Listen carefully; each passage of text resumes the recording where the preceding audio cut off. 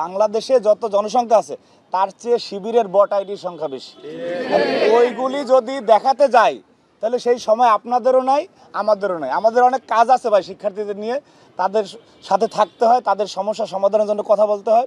এই সমস্ত মিথ্যা, অসত্য, বিভ্রান্তিকর ন্যারেটিভ তৈরি করার মতো পর্যাপ্ত সময় আমাদের কাছে নেই। আমরা শিক্ষার্থীদের সাথে আছি। আপনি দেখেন যে কোনো সংশ্লিষ্ট এলাকায় শিবিরের 10 জন লোক আছে, সেই এলাকার শিবিরের সভাপতি যদি ওই এলাকায় থেকে সামাজিক যোগাযোগ মাধ্যমে পোস্ট দেয়, সেখানে 10,000 লোক কমেন্ট করে। এই লোকগুলি জান্নাত থেকে আসছে না জাহান্নাম থেকে ছুটি নিয়ে আসছে এটা আমরা জানি না, কিন্তু তারা করে। সুতরাং আমি জানি এই বক্তব্য তারা শুনবেন, তাদেরকে একটু আমল করার আহ্বান জানাচ্ছি যে ভাই, যে কয়জন লোক আছে সে কয়জন প্রদর্শন করুন।